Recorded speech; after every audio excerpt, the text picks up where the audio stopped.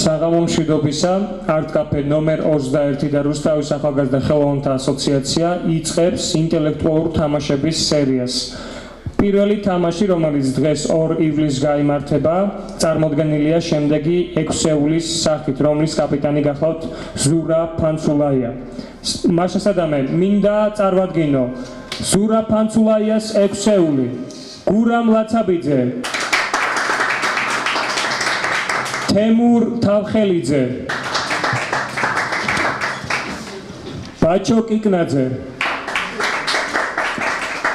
ლაშა გოგატიშვილი, გიორგი გოგატიშვილი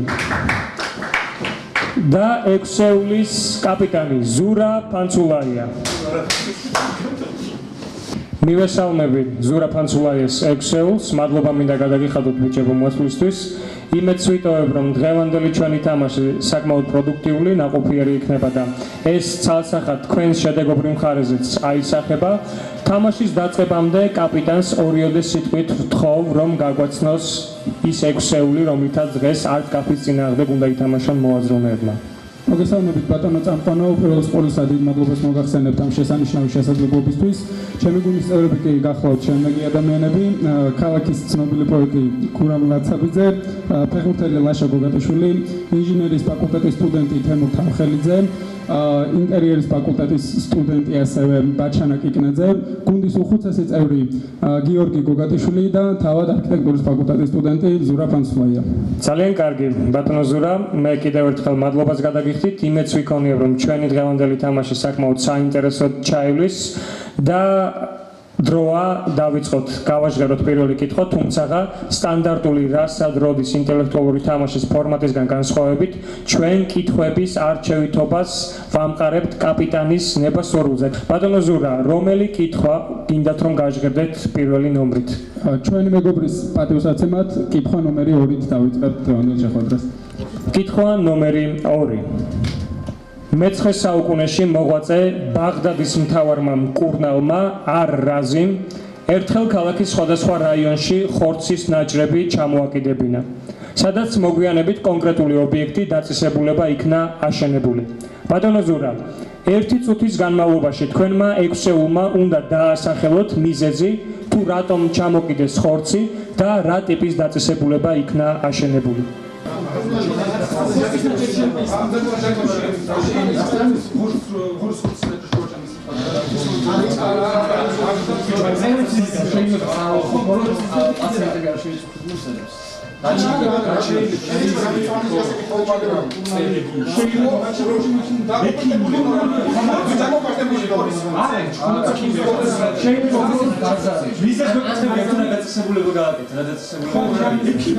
ბატონო ბაჩო, თქვენ უნდა მიპასუხოთ, რა დაწესებულება იქნა აშენებული და ამავდროულად რა მიზეზით იქნა ჩამოკიდებული ხორცი.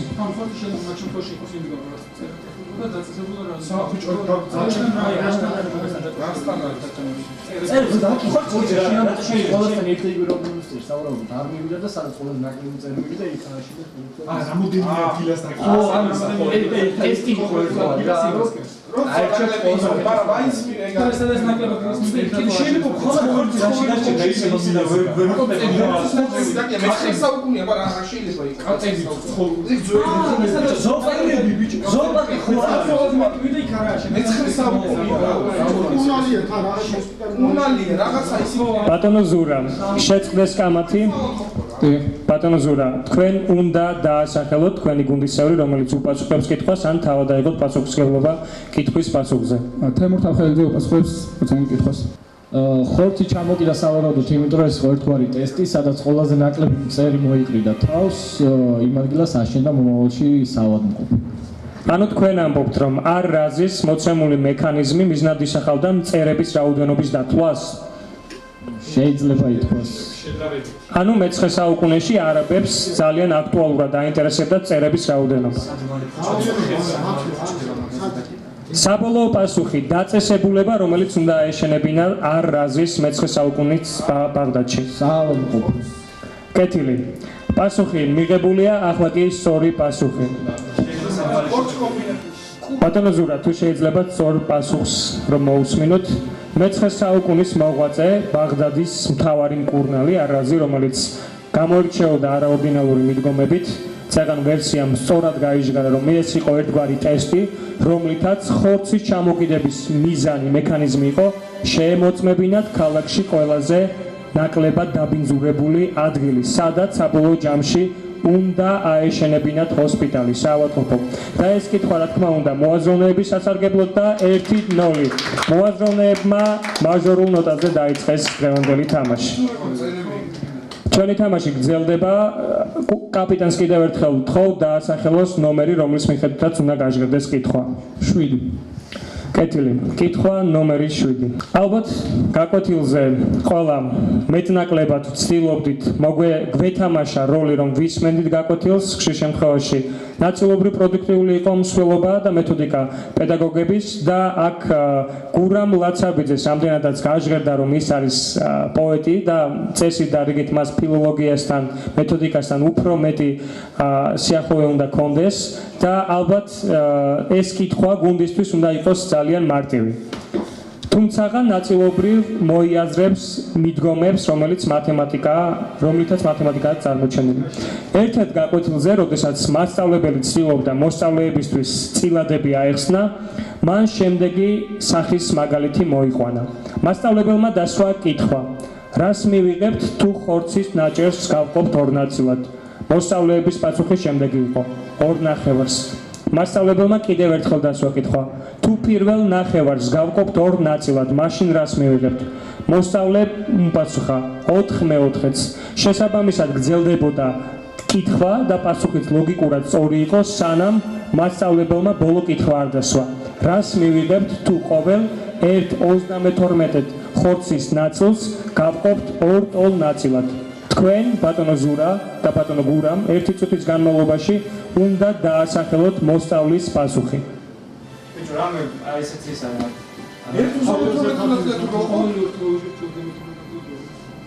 ბიჭო, რამე სახალისო ბიჭო.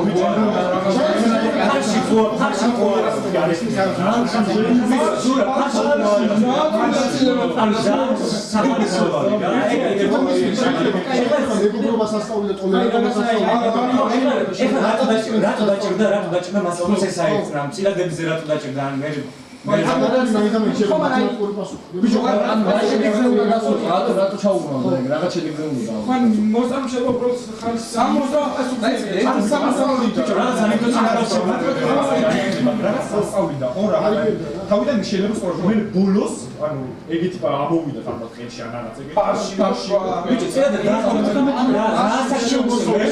მეშვიდე კლასში უხსენდა ეს მათემატიკურ პასუხს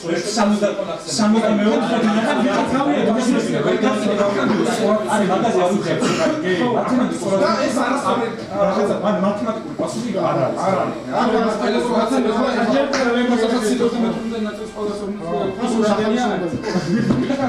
სახალისო რა ჩურა ხო არ იყო და სახალისო ეთქვაში კითხვა. ბატონო ზურა, შეწყდეს კამათი და თქვენ უნდა დაასახელოთ გუნდის წევრი, რომელიც დასმულ კითხვას, ანუ მოსწავლის სავარაუდო პასუხს დაასახელებს. გააჟღერებს ართ კაფეში. ბაჩანა კიკნაძე. ბატონო ბაჩანა, რამდენად კარგი დამოკიდებულება გქონდათ სკოლის პერიოდში მათემატიკასთან და ზოგადად ციფრებთან? კარგი, მეგობრობის მათემატიკასთან. ანუ იმისათვის საკმაოდ კარგი სათანადო, რომ მოსწავლის პოზიციიდან თქვენ გასცეთ მასწავლებლის კითხვას პასუხი, რას მივიღებთ თუ ყოველ 1/32 ნაწილს გავყოფთ ორ ტოლ ნაწილად?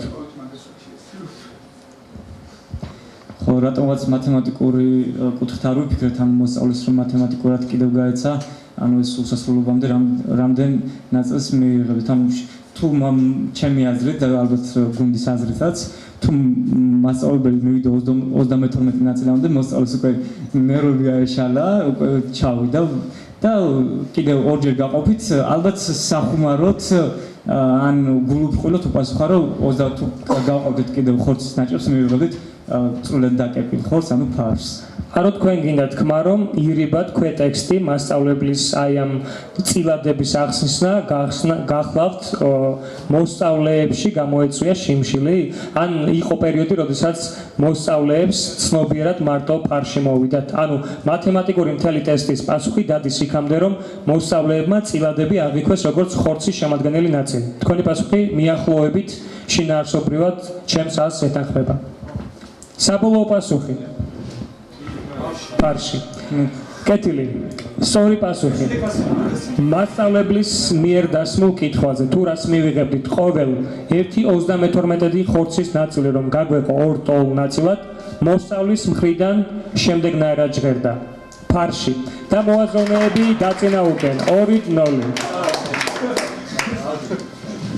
ძალიან კარგი, გილოცავთ მოაზროვნეებს, ბატონ ზურაფონცოვაიას 6 ეულს, ძალიან ნაყოფიერი დასაწყისია და უნდა დაასახელოთ ბატონო ზურა შემდეგი ნომერი, რომლითაც უნდა გავაჟღეროთ ჩვენ კითხვა. 10. ნომერი 10. მეათე კითხვის რიგით მესამე რაუნდის კითხვა შემდეგნაირად არის წარმოდგენილი. თუ არსებობს კანონი, ყოველთვის მოიძებნება მისი დამრღვევი. თუმცა არსებობს კანონი ოქროს შესახებ, გამოშვებული ჯერ კიდევ მე-14 საუკუნის ინგლისში მეფის ჰენრიხ მე-4-ის მიერ, რომლის დარღვევაც დღემდე ვერავინ ვერ შეძლო, მიუხედავად მსურველთა აურაცხელი რაოდენობისა. კიდევ ერთხელ ხაზგასმით აქცენტი გააკეთეთ, რომ საუბარია ოქროს კანონზე, რომელიც მე-14 საუკუნეში ინგლისის მეფის ჰენრიხ მე-4-ის მიერ იქნა გამოქვეყნებული და მიუხედავად არსებული მსურველთა რაოდენობისა, მისი დარღვევა დღემდე ვერ მოხერხდა. თქვენ უნდა დამისახელოთ, რაც გრძალავდა ეს კანონი. ეს ოქრო რა თქმა უნდა, შესაძლოა კანონი ეგრეთია, ხო და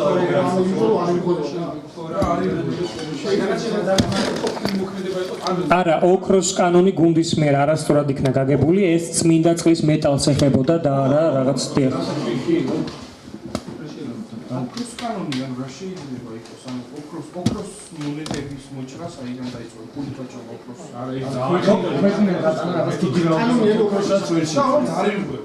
არა, ფიზიკურად არის მხოლოდ ერთია და შეიძლება ან ვერ არღვევი, რა ისეთ რაღაც არის. შეიძლება ოქროს მონეტა აუცილებლად თავისი ის დაიტანა. გამოსახულება და მეთოდები. ხო, რა მონეტა შეიძლება იყოს ისე ვაფშე მონეტაზე, მაგრამ ვერ არღვევი, იმიტომ რომ კანონი ეგრეთ წერია და 1215 წელს მეგობრული ქართლის წელები მაშინ მიიღეს, ანუ იმის მერე არ შეცვლა ინგლისის კანონი შეფაქტებია. ანუ იძახით კონსტიტუცია ინგლისის და დიდ ბრიტანეთის ძალიან დიდი ხანი არ შეცვლა. და კანონი რომ თავის სახელმწიფო თავისახმელი და ეხაც შენაბოქო და ეხაც არის ხო ანუ ეხლაც იგივე არის ოქროს მონეტაზე რაც ვერ არის ჩემი კანონი ბიჭო რა ვერ არის მაგას ანუ დარგვა ისე რომ შეიძლება მონეტო დაიწყო ახლა შეიძლება კონსტიტუცია არის ძალიან დიდი დიდი რაოდენობა კონსტიტუცია არ შეცვლა საერთოდ დიდი რაოდენობა იყო დიდი რაოდენობა იყო სურვილები სამ შევფიქრობ რომ ბევრი ხალხი მივიდა აი შეიძლება სწავალი უნდათ რაღაც და ვის უნდა სიტყვაზე რომ მე გაუქმს არ ამგონია ხო შეიძლება ვიღაცას უნდოდეს რატო არა ანუ რიგი ადამიანები ასე აუ შეიძლება იყო ეს რაღაცა და შეიძლება კანონს ითხოვე რომ ფული მე გამოჩვენე შეიძლება იყო და უნდათ რომ ანუ არ იყო ეს ხო მეუნე ფულით ვაჭრობასთან დაკავშირებით ვერ მოახედავს რა ქიმიასთან ხო უკავშირდება ქიმიიდან აიღო იმას ვერ დაარღვე იმიტომ რომ ბუნებრივად ეგრეა ოქრო რა აი რაღაც ქიმიური რაღაცა აი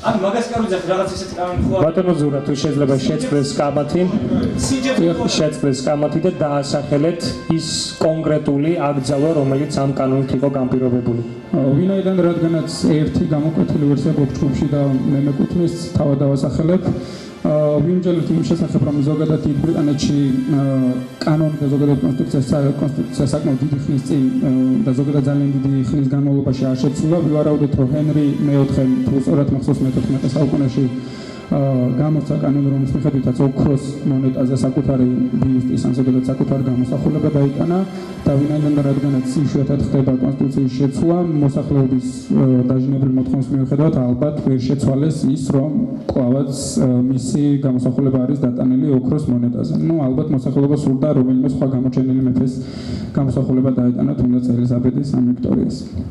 გასაგებია პასუხი მიღებულია და როგორც გავიგე, ჰენრი მე-4-ის კანონის ოქროს შესახებ თანახმად აკრძალული იყო მეტალზე სხვა ნებისმიერი ბიუსტის ან ფორმის დატანა. ოქროს მონეტაზე უშუალოდ. დიახ, ოქროს მონეტაზე. კეთილი პასუხი მიღებულია, ახლა კი სწორი პასუხი. ჰენრი მე-4-ის მიერ ჯერ კიდევ მე-14 საუკუნის ინგლისში გამოქვეყნებული კანონი, რომელიც ეხებოდა ოქროს, იგი კრძალავდა ჩვეულებრივი მეტალის ოქროდ გადაქცევას. რამდენადაც კურიოზულად არ უნდა ჩანდეს პასუხი, მე საწყის ეტაპზე აღვნიშნე, რომ ნებისმიერ კანონს ჰყავს ლოგიკური დამრღვევი და შესაბამისად მხოლოდ ერთი კანონი, რომლის დარღვევა შეუძლებელი გახდათ, იყო ოქროს ჩვეულებრივი მეტალად გადაქმნა.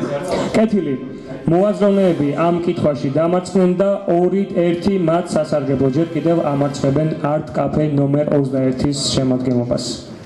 ბატონო ზურა, უნდა დაასახელოთ შემდეგი კითხვის ნომერი. კითხვა ნომერი 6. კითხვა ნომერი 6, რომელიც საკმაოდ საინტერესოდ გამოიყურება და ალბათ აქტუალური იქნება შესავალი ამ კითხვისა.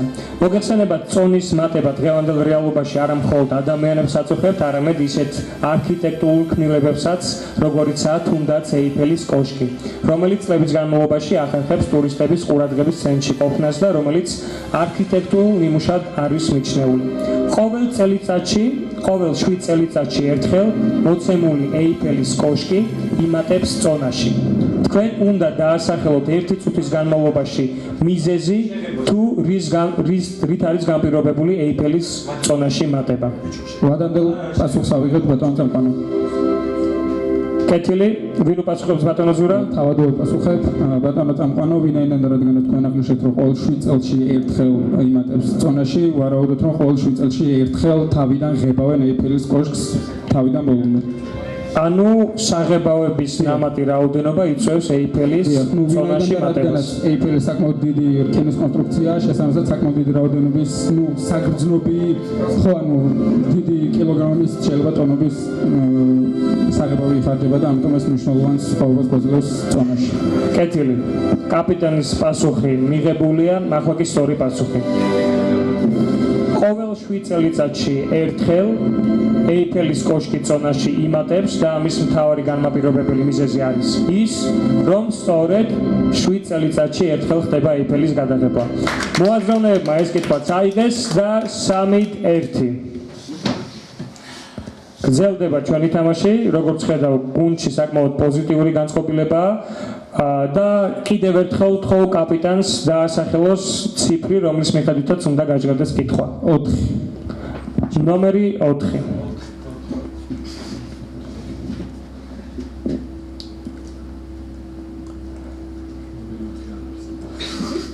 ებრაელი კონდიტერი იაკობ ტოპორი ცნობილი იყო დარჩენიანი ნამცხვრის ცხობით.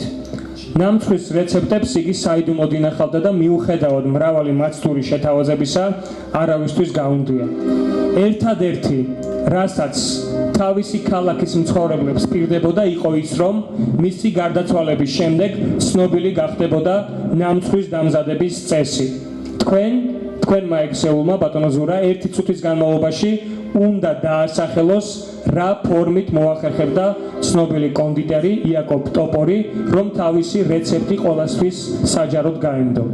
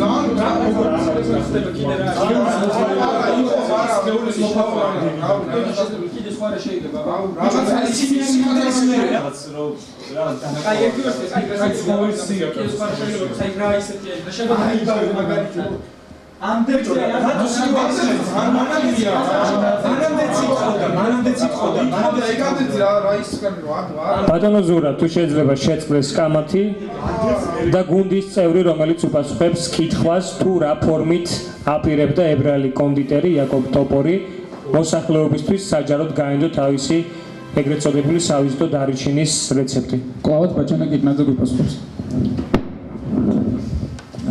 ბატონო წამყვანო, ასე მგონია და გუნდის ალბათ ვთანხმდებით, რომ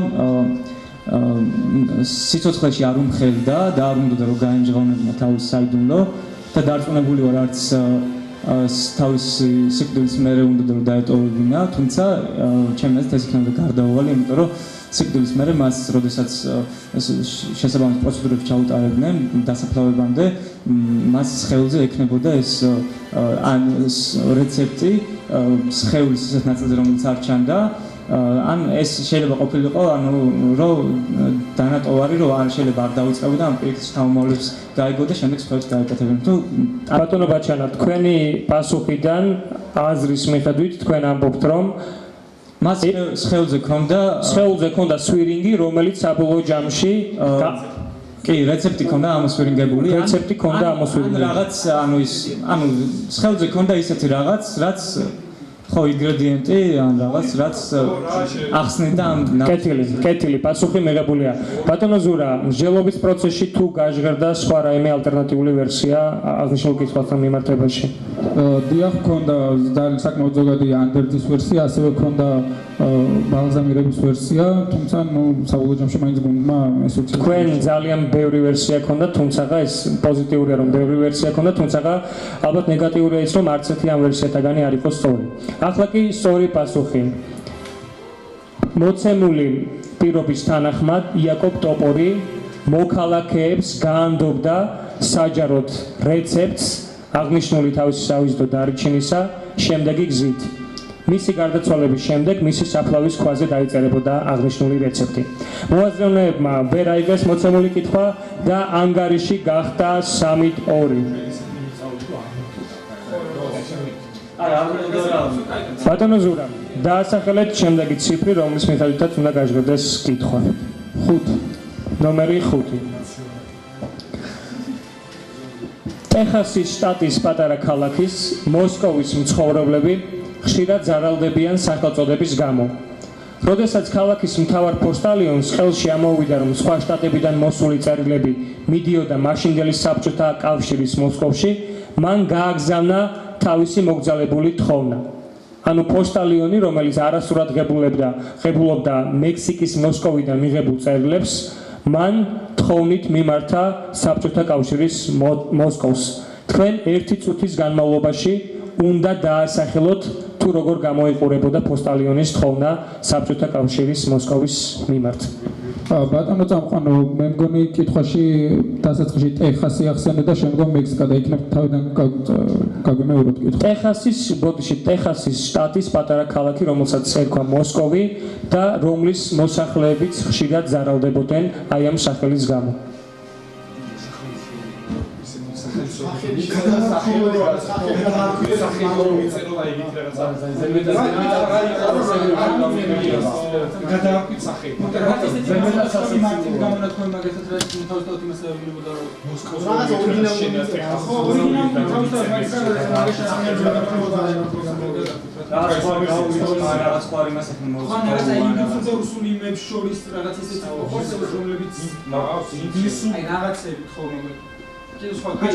ფორმა რა იყო?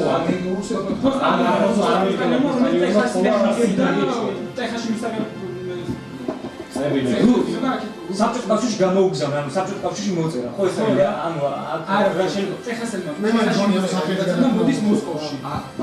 ხო, მაგას ვიძახ, მე ტეხასში გამოუგზავნა მოსკოვში. სახელმწიფო მოსკოვში. მოდი სახელმწიფო ვიფიქროთ, მოსკოვი თვითონ რაღაც შეიძლება იმაზე კი არ ვიცი, სახელმწიფოთან ისეთი არის რაღაც აი რატო თხოვა, რატო? რატო თხოვს რა სიომში გამარჯობა ხო არ მოთხოვა ამ შემდეგ რა ქვეყანას დაიპყრო და თავისთავად ბატონო ზურა თუ შეიძლება შეწყდეს კამათი და უნდა დაასახელოთ კონკრეტული მოთხოვნა რაც ტეხასელმა პოსტალიონმა წაუყენა საბჭოთა კავშირის მოსკოვს. გაიგე შეიძლება ტეხასელმა კითხვა გაგმეორე თუ შეიძლება. კეთილი. ტეხასის შტატის პატარა ქალაქი, რომელსაც მოსკოვი ერქვა, მისი მცხოვრებლები ხშირად ზარალდებიან სახელწოდების გამო.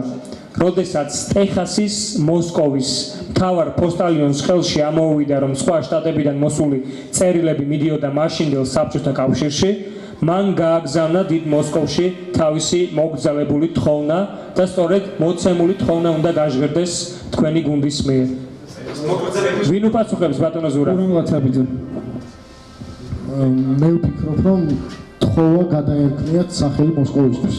ბატონო გურამ, რამდენად ლოგიკური და საღი მიგაჩნიათ მსგავსი გადაწყვეტილება ტეხასელებს შეეთვალათ მოსკოვისთვის გადაერქვათ დედაქალაქისთვის სახელი? ვერ გეტყვით ტეხასელები რამდენად საღად დაზღვევდნენ ისაბამისად სხვა ვერსია არც ქონდა და მიიღეთ ეს პასუხი. იმედს ვიტოვებ, რომ ამ ჩვენს ჩანაწერს ტეხასელი პოსტალიონები არ ნახავენ, რამდენადაც ირიბად მათი აზროვნების, მათი საღადაზროვნების საკითხი ეჭქვეშ დადგა და ახლა კი დროა გაჟღერდეს სწორი პასუხი. ტეხასის შტატის პატარა ქალაქი მოსკოვი, რომელიც ხშირად ზარალდებოდა საბჭოთა კავშირის მოსკოვის სახელთან გაიგივების გამო, პოსტალიონმა ტეხასელმა გადაწყვიტა თხოვნა გაეგზავნა დიდ საბჭოთა კავშირის მოსკოვთან. თხოვნა კი შემდეგნაირად ჟღერდა. გთხოვთ გადაარქვით მოსკოვის სახელი. მოაზროვნეებმა კითხვა აიღეს და ანგარიში გახლავთ 4-2. წყალებში იგულისხმებოდა რა მოგზაურებულს გადაარქვით ძალიან კარგი. ბატონი ზურა ფანცულაიას 6-ეული ძალიან წარმატებით და ნაყოფიერად უმკლავდება არტკაფის მიერ შემუშავებულ კითხვებს, რაც აშკარად ცალსახად ასახულია ანგარიშზე. 4-2 ამ ანგარიშით ამარცხებენ მოაზროვნეები არტკაფე ნომერ 21 და ციფრი, რომლითაც შემდეგი კითხვა უნდა გაჟღერდეს. ამჯერად ციფრს კი არა რიცხვს ავიღებ და რიცხვი 12. 12. კეთილი. ამისათვის დამჭირდება ბაჩო ზაქაიძე, რომ შავი ყუთის ნაცვლად შემოიტანოს არტკაფის უბრალოდ ყუთი. მივესალმოთ ბაჩო ზაქაიძეს.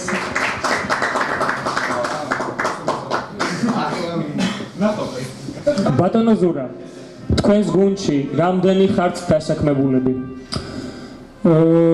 სიმართლე რომ გითხრათ, ზუსტად ერთი კერძო სექტორში დასაქმებული პირი ყავს, დანარჩენსაც პირადი შემოსავალი მინიმალური. კეთილი გასაგებია. ალბათ ყველას ხსმენიათ ზოგადი საერთო შრომითი პროფესიული კოდექსი, რომლის თანახმადაც ხდება რიგი შეზღუდვების დაკანონება. თუნდაც ეს შეიძლება იყოს დრეს-კოდი და ასე შემდეგ. ისიც მოგეხსენებათ, რომ ძალიან ბევრი დამსაქმებელი წვერის ტარებას ძალიან ნეგატიურ ტონად მიიჩნევს, ამიტომ ხდება მისი აკრძალვა. მიუხედავად იმისა, რომ ზოგადად დამკვიდრებული პროფესიული კოდექსის მიხედვით პირის სამსახურში წვერ გაპასული უნდა გამოცხადდეს, მაინც არსებობს გამონაკლისი, კერძოდ კი ქალაქ ლოდში არის ქარხანა, რომლის ერთ-ერთი განყოფილების თანამშრომლები ვალდებული არიან სამსახურში გამოცხადდნენ გაუპარსავები. თქვენ ერთი წუთის განმავლობაში უნდა ამოიცნოთ ის ნივთი, რომელიც მოთავსებულია არტკაფის ყუთში და რომლის გამოც ხდება თანამშრომლების გაუპარსავი წარდგენა სამსახურზე.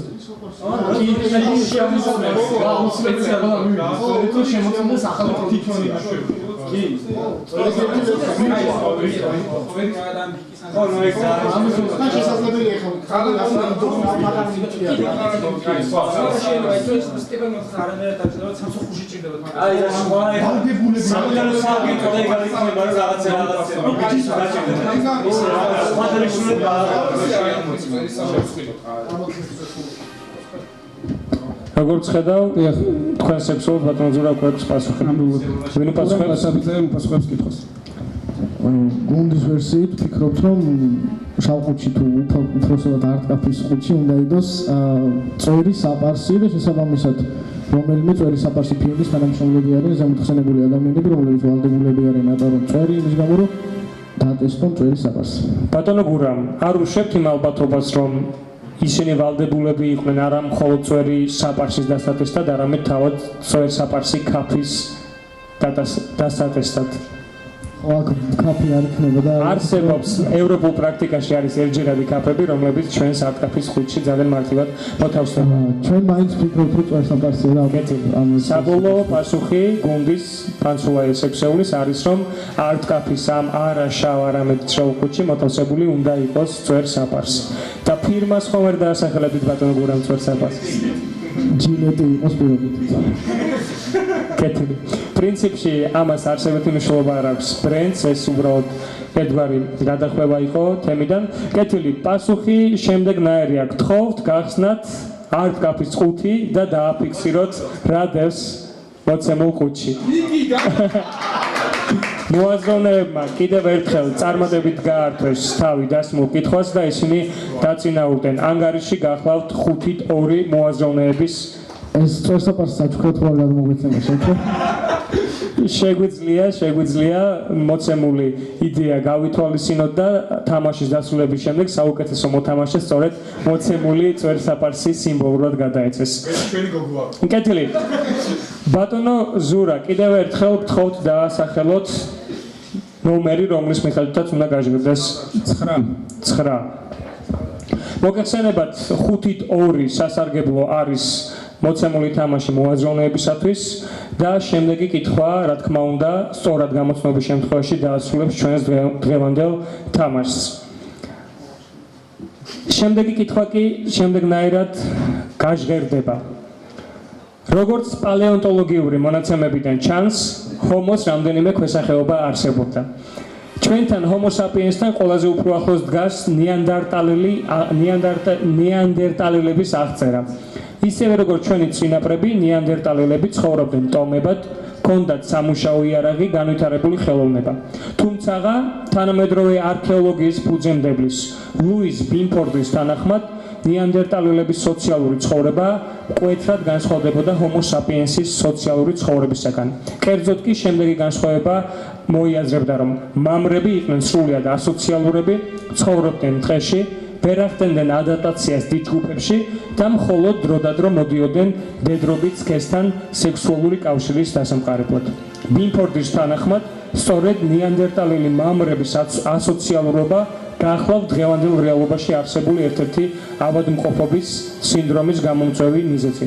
თქვენმა ექსეულმა ბატონო ზურაბ, ერთი წუთის განმავლობაში უნდა დაასახელოს არქეოლოგიის ფუძემდებლის ბინფორდის თეორიის თანახმად თუ რა დაავადება გამოიწვია ჩვენს რეალობაში ნეანდერტალელი მამრების ასოციალურობამ. ეს პროფესორი იყო თუ არქეოლოგი იყო თუ არქეოლოგი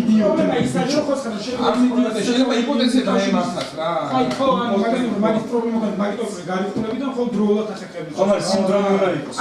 სინდრომი განვითარებელი ტიპია და თანადურია შესაძლებლობა იმისა, რომ კომპლექსი გაუჩნდეს რა მაგის რა თუ არ შეგიძლია რაღაც მუდმივად თქვენ იყოს იმპორტანტი. ხალხი ჰომოსექსუალობა ხო არა?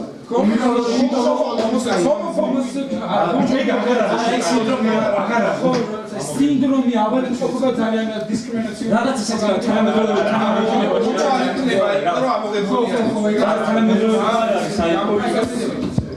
ბატონო ზურა, თუ შეიძლება შეძლოს კამათი და თქვენ უნდა დამისახელოთ ერთი წუთის მიერ გაჟღერებული რომელიმე ვერსია, რომლის თანახმადაც ბინფორდის თეორიას ამართლებს თქვენი ვერსია.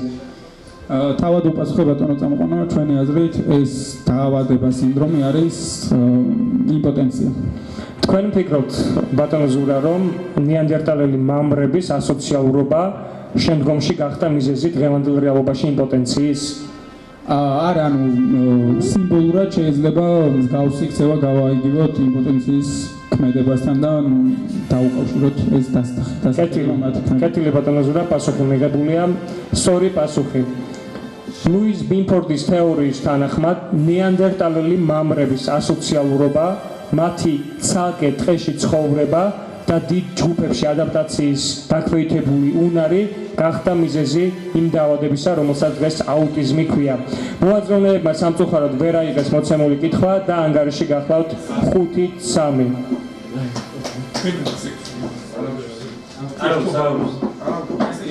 ბატონო ზურა, უნდა დაასახელოთ ნომერი, რომლის მიხედვითაც კიდევ ერთხელ გაჟღერდება ახალი კითხვა. ნომერი 3. თუ ნომერი 3 ჯერ არ ყოფილა. კითხვა კი შემდეგნაირად ჟღერს. რამდენად ერკვევით ლეგენდებსა და მითოლოგიებში რომელიმე თქვენგანი?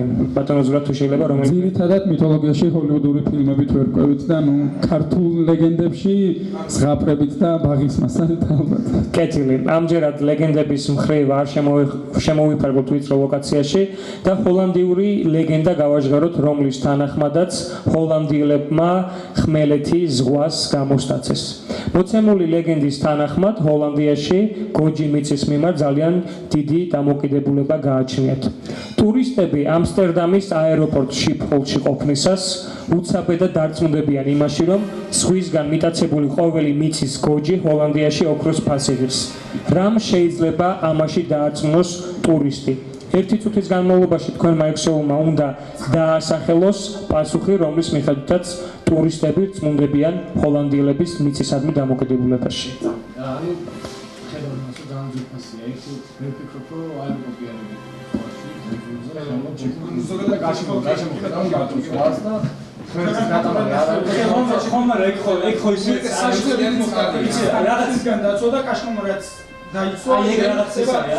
აი გარი ძალიან იცი როგორია, აი ყველა მის რომ ჰოლანდიაში ყველაფერი რაღაც წყალში და წყლის სანაპიროზე. მაგაზე ისეც აი რო შეიძლება მაინც არის ბაშიკლებიან რა მესტი დეტალი ხო არ არის, რაზეც მე არიშენს რაღაც სიმბოლურად ხო არ არის გამდიან.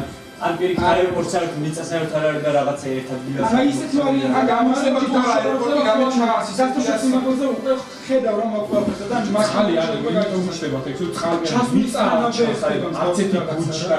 ხო შეიძლება მაგალითად ან ის მანდროზე და ის პატარა გილიცკი ათვისებული ხელმურად შეჭრილი მარაცემზე არ მიმატებული მაგალითად და ორად დაჭრეს.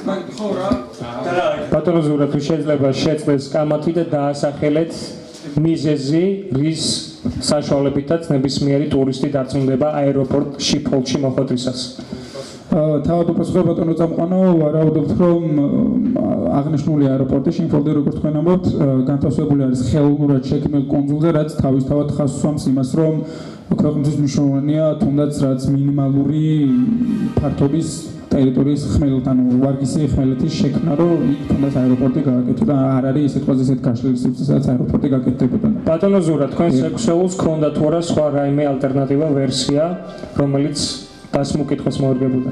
ზოგადი ვერსია ქონდა იმის შესახებ, რომ შეიძლება რაღაცა ერთი მინიმალისტური დეტალი ყოფილიყო აეროპორტის ინტერიერში ან ზოგადად აეროპორტში, რომელიც მიანიშნებდა მსგავს ფაქტს. კეთილი. პასუხი მიღებული, ახლა კი სწორი პასუხი. აეროპორტის ასაფრენ-დასაფრენ გზებს შორის მოგეხსენებათ არსებობს მიწის ზოლი. საქმე იმაშია, რომ სწორედ აღნიშნული მიწის ზოლი არენდით არის გადაცემული მებაღეებზე და მასზე მოკავთ ბოსტნეული, რაც ხალხსახად ნებისმიერი ტურისტს დაარწმუნებს იმაში, რომ ჰოლანდიელებს მიწის მიმართ ძალიან მკვეთრი და მძაფრი დამოკიდებულება გააჩნიათ. სამწუხაროდ მოაზროვნეები ამ ტურშიც დამარცხდნენ, ანგარიში გახალთ 5-4 და კულმინაცია მატულობს დასმული კითხვების რიცხოვნობასთან ერთად. შემდეგი ნომერი ბატონო ზურა, რომელიც უნდა გაჟღერდეს კითხვის. ბატონო წამყვანო, იქნებ მითხრათ რა ნომრებია დარჩენილი, იმიტომ რომ ნამდვილად არ მახსოვს ყველა. კეთილი, ჩვენ გვაქვს დარჩენილი 8 სწორად აღნიშნა ბატონო ბაჩანამ, არის დარჩენილი კითხვა 11 და არის დარჩენილი კითხვა 1 და დიახ 1, კითხვა 1. ნომერ 11 წავედოთ. ნომერი 11, კეთილი. ერთხელ კინორეჟისორი სერგო ფარჯანოვი ბანკეტზე დაპატიჟეს, სადაც მამაკაცებს აუცილებლად უნდა სმოდათ სმოკინგი. ფარჯანოვს სამწუხაროდ იმ კონკრეტული შემთხვევისთვის სმოკინგი არ აღმოაჩნდა, მაგრამ რა თქმა უნდა მისი რეჟისორული ნიჭისა და უნარჩვევებისგან გამომდინარე ის არ დაიბნა და იქვე ვესტიბულში ჩამოხსნა აბრა და ამაბრით გამოცხადდა სწორედ ბანკეტზე. სტუმრებს ცალსახად მის დანახვაზე სიცილი აუწყდათ და რეჟისორს აპლოდისმენტებით შეხვდნენ. თქვენ 1 წუთის განმავლობაში უნდა დაასახელოთ რა ეწერა ამ აბრაზე.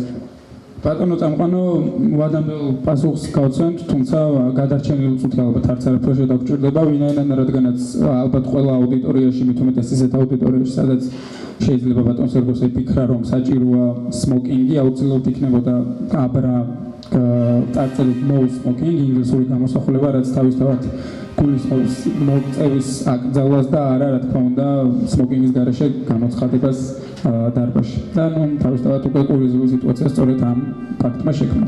ბატონო ზურა, თქვენი ვერსიის თანახმად ბატონი სერგო ცალსახად ეწეოდა თამბაქოს ანტიკამპანიას. ანუ ის გამოცხადა ბანკეტზე აბრით no smoking, რომელიც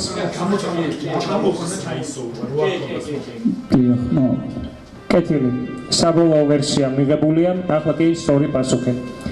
კინორეჟისორი სერგო ფარჯანოვი ნამდვილად, რომელიც ბანკეტზე იყო დაპატიჟებული და რომელიც ერთგვარი ფორმალური მხარე იყო სმოკინგით ყველა წარმომადგენელი გამოცხადებული იყო, ჩვენ უკვე აღნიშნეთ, რომ სმოკინგის გარეშე აღმოჩნდა, თუმცა რეჟისურამ და მისმა ნიჭმა განაპირობა, რომ ის არ დაიბნა. ჩამოხსნა აბრა და ამ აბრით ხელში გამოცხადა ბანკეტზე. ზურა ფანცულაიას 6 იულის თანახმად ვერსია, რომელიც მათ დაასახელეს, მოცემულ აბრაზე უნდა ყოფილიყო წარწერა no smoking, შეესაბამება სიმართლეს, პასუხი სწორია და მოაზროვნეებმა პირველ თამაში 6-4 დაამარცხეს არტ კაფე. მე გილოცავთ კიდევ ერთხელ ძალიან საინტერესო გამარჯვებას, სიმბოლურად გამარჯვებულს გუნდს და კაპიტანს გადაეცეს წვერ საპარსი, რომელიც არტ კაფის ყუთში იყო მოთავსებული და ორიოდეს სიტყვით მინდა დღევანდელი თამაშის შესახებ თავად კაპიტანმა და წევრებმა მოგვახსენონ. მე დავიწყე ბატონო წამყვანო, კიდევ ერთხელ გეტყვით მადლობას, იმიტომ რომ თამაშმა ნამდვილად გაამართლა და იმაზე მეტიც კი მოიტანა, ვიდრე ჩვენ მოლოდინები გავგვეჭდა. ვფიქრობ, საკმაოდ დაძაბული და საინტერესო თამაში გამოგვივიდა და არტ კაფის მოლოდინებიც ალბათ გავამართლებთ და იმედი მაქვს, რომ ერთჯერადი არ იქნება მსგავსი ღონისძიება და თავისთავად ჩვენს მოხალხეები იქნება თუ კი მომავალში ჩავერთვებით მსგავს აქტივობაში. აუცილებლად არტ კაფე ნომერ 21 გახავთ გარანტია იმისა, რომ ქალაქში შეიქმნა სივრცე ალტერნატივა, სადაც პერიოდულად ნებისმიერ მსურველებს შეეძლებათ მოვიდნენ არტ კაფეში, დაარეგისტრირონ გუნდი და ჩვენ მათ აუცილებლად დაუკავშირდებით და გავაგრძელებთ ინტელექტუალური თამაშების სერიას. გურამ ვაცაბიძე, პოეტის დამოკიდებულება დღევანდელ თამაშთან მიმართებაში ცალსახად საინტერესოა. ხელი რაც ყველაფერში ბრო დავამატებ ძალიან დიდი მადლობა მინდა გადავუხადო არტ კაფეს, ბატონ წამყვანს მინდა ძალიან დიდი მადლობა გადავუხადო ორგანიზებისათვის და მე ჩემი სურვილიც იქნება რომ პერმანენტული სახე მიეცეს ამ ყველაფერს და ხშირად ვითამაშოთ და საინტერესო იქნება თუ დაიდება რეიტინგებიც და მონაწილეობას მიიღებს სხვა გუნდებიც. ძალიან კარგი, მიხარია, როგორც ხედავ, გუნდი საკმაოდ მაჟორულ ნოტაზეა, იღებიან მონაწილეები, თუმცა მესამე მეოთხე კითხვის პროცესში ეს განწყობა არ ემჩნეოდა გუნდს. ბატონო გურამ, თქვენს გვერდზე მსხვერპლს თუ შეიძლება რომ გადააწოდოთ მიკროფონი და მინდა დღეს 6 იულმა გაგვიზიაროს საკუთარი შაბეჭდილებები პირველ თამაშთან მიმართებაში. პირველ რიგში მადლობას მოგიხდით დღევანდელი საღამოსთვის და იმედია აღნიშნეს ჩემმა მეგობრებმა რომ გაგრძელდება შემდეგში მსგავსი საღამოები, ასე ვთქვათ და შეიქმნება რეიტინგი და მოგვეცემა საშუალება კიდევ ერთხელ ვითამაშოთ ამ გვალ მაგიდასთან. მადლობა. ძალიან კარგი, მადლობა თქვენ. ბატონო თემური, თქვენი დამოკიდებულება, თქვენ ძალიან აქტიურობდით ხშირად აზრის დაფიქსირებისას და რას ფიქრობთ, გუნდის თამაშმა როგორ ჩაიარა გასაგებია შედეგობრივად გაიმარჯვეთ, თუმცა გუნდის ძლიერ მხარეებზე რომ გააკეთოთ აქცენტი? საკმაოდ კარგი თამაში იყო, საინტერესო, დაძაბული ბოლომდე. გუნდის კარგი მხარე ის იყო, რომ მაგიდაზე ისმეოდა ყველა იდეა, არაერთი იდეა არ იყო სათაკილო და ყველა იდეა განიხილებოდა. გილოცავთ თქვენ სეზონის გახსნას, ულოცავთ ჩვენ გუნდის წარმატებას და გისურვებთ გააგრძელოთ ეს პროცესი, ღონისძიება არ შეწყდეს. ძალიან დიდი მადლობა თქვენ, ბატონო ბაჩანა კიკნაძე. თქვენ როგორც ვატყობ, რამდენიმეჯერ გუნდს შეეწინააღმდეგეთ ვერსიის გაჟღერებისას და შიფჰოლდის აეროპორტის კითხვისას თქვენი ვერსია ყველაზე ახლოს იყო პასუხთან, თუმცა სამწუხაროდ კაპიტანმა არ ინება რომ თქვენ გაგეცათ კითხვაზე პასუხი. როგორ ფიქრობთ, გუნდს შედეგის გაუმჯობესებისათვის რა ესაჭიროება? ეს ყოველდღიურ პირველი თამაშია, ჩვენ ეს სპონტანურად შევიკრიბეთ დღევანდელი საღამოსთვის. ეს ცოცხალი პროცესი ერთ წუთში ნამდვილად არ არის მარტივი, ყველა იდეა განიხილო როგორც სწორად, ან საერთოდ განიხილო, მოასწრო და ნამდვილად არ ვეწინააღმდეგებოდით ერთმანეთს პირიქით ჭეშმარიტების ძიებაში ვიყავით და კაპიტანს დიდი მადლობა, ძალიან კარგად ითამაშა და სწორად აარჩია ვერსიები, უბრალოდ იმ კითხვაში მართლა არ გქონდა სწორი ვერსიები, ამიტომ გულით არ ვწდება, რომ უბრალოდ ახლოს ვიყავით ვერსიასთან. რაც შეეხება ამ წამოწყებას, ნამდვილად სუფთა ჰაერი უჭირდება საერთოდ ქალაქს და ჩვენ საზოგადოებას ესეთი პროექტები. და იმედია რომ როგორც ვიცი ეს პირდაპირ ეთერები იქნება თუ ინტერნეტ მომხმარებელი დაუკავშირდება ამ სივრცეს იმედი გამოიჩენს ინტერესს და მოგწერთ ან დაკავშირდება და შეიქმნება გუნდები ერთმანეთს შევიჯერებთ შეიქმნება კლუბი და იქ სამომავლოდ ძალიან კარგი აზრი და იდეა დევს ამ წამოწყებაში ამიტომ დიდი მადლობა ბატონო ბაჩანა კიკნაძე რა თქმა უნდა საკმაოდ პოზიტიურად იყო განწყობილი დღევანდელი თამაშის მიმართ და თამაშის 6-ეულის ბოლო მონაწილე გიორგი გოგატიშვილი ბატონო გიორგი თქვენი სუბიექტური ხედვა მაინტერესებს კითხვების სირთულესთან მიმართებაში რამდენად სერიოზული იყო რამდენიმე კითხვა რომელთანაც პასუხთან გუნდი ახლოს იყო თუმცა საბოლოო ჯამში კითხვის აღება მაინც ვერ მოახერხეთ პირველ რიგში ძალიან დიდი მადლობას გადაგიხდით ესეთი პროექტისთვის საჭიროა ჩვენ არ მარტო ჩვენ ქალაქთვის ძალიან საქართველოს წარმოშობილი პროექტები და კითხვებს რაც შეეხება ნორმალური სირთულე იყო რაღაც კითხვები რაც ვიცოდით ადვილად გავერთთავით თუმცა აღნიშნული კითხვები ისეთი იყო რომელსაც ახლოს არ ვიყავით ან ვიყავით ახლოს მოკლედ პირველ თამაშისთვის ესე რომ ვთქვა თამაში შედგა და ძალიან წარმატებული იყო პირველ თამაში ჩემი აზრით და მინდა რომ დიდ წარმატება უსურვო თქვენს კაფეს თქვენს წამოწყებას და თქვენს გვერდით გიგულეთ ამ წამოწყებაში მადლობა კიდევ ერთხელ ზურა ფანცულაიას 6-ეულს მე მაყურებელს მინდა შევახსენო არტ კაფე ნომერ 21-ის წინააღმდეგ დღეს თამაშობდა ზურა ფანცულაიას 6-ეული გურამ ლაცაბიძე თემურ თავხელიძე, ბაჩო კიკნაძე, ლაშა გოგატიშვილი, გიორგი გოგატიშვილი და რა თქმა უნდა გუნდის კაპიტანი ზურა ფანცულაია. მადლობა კიდევ ერთხელ არტ კაფეს მომავალ შეხვედრამდე გემშვიდობით.